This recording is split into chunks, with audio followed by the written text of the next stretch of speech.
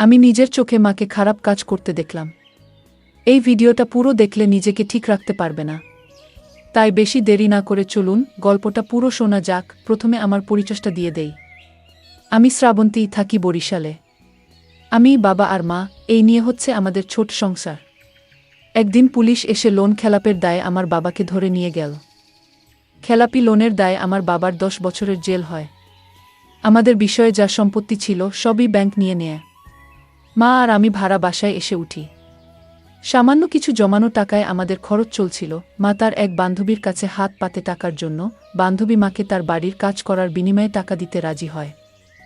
মা অগত্যা কাজ করতে রাজি হয়। মার মাসিক বেতন হবে 2000 টাকা। ঘর মোছা, কাপড় ধোয়া থেকে শুরু করে সব কাজই মাকে করতে হতো।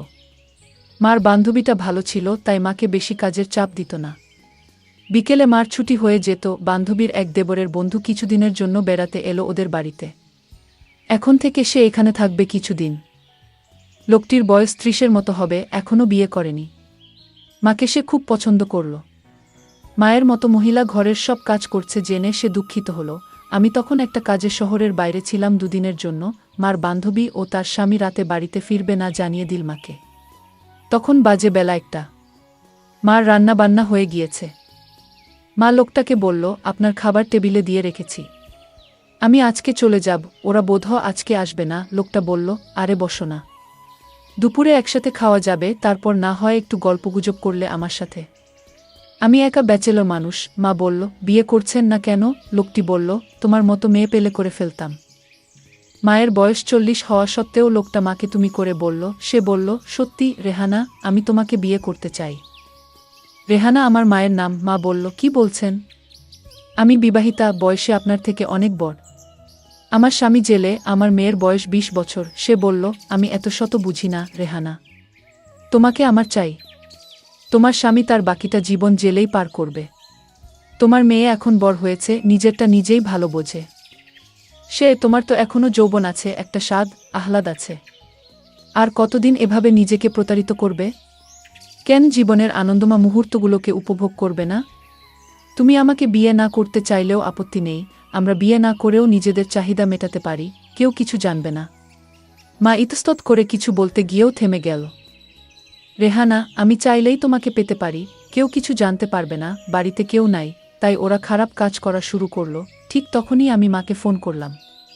মা সেই অবস্থায় আমার ফোন তুলে মা আমাকে বলল, এখন সে ব্যস্ত আছে। মা বলল, আমাকে পরে ফোন করবে বলে ফোনটা রেখে দিল। কিন্তু কলটা মনে হয় কাটতে ভুলে গেছে। কেননা সবসময় ফোন আমি আগে কাটি। ফোন চালু থাকার কারণে আমি বিভিন্ন রকম খারাপ শব্দ শুনতে পেলাম। আমি নিজের কানকে বিশ্বাস করতে পারছি না। তখন আমার কাছে পুরো ব্যাপারটা ক্লিয়ার হয়ে গেল। মা কোনো কাজে এখন ব্যস্ত। আমি বুঝে গেলাম মা এতটা নির্লজ্জ হতে পারবে, আমি কল্পনাও করতে পারিনি। আমি ফোনটা কেটে মা স্বাধীনতায় হস্তক্ষেপ না করে, আমার মনে হলো তারও একটা জীবন থাকতে পারে, তার অধিকার যাই হোক। আমি আর কিছু না বলে কলটা রেখে দিলাম। ওরা বিকেল পর্যন্ত এক নাগাড়ে খারাপ কাজ করল। তারপর বিকেলে মা খাবার গরম করে দিল।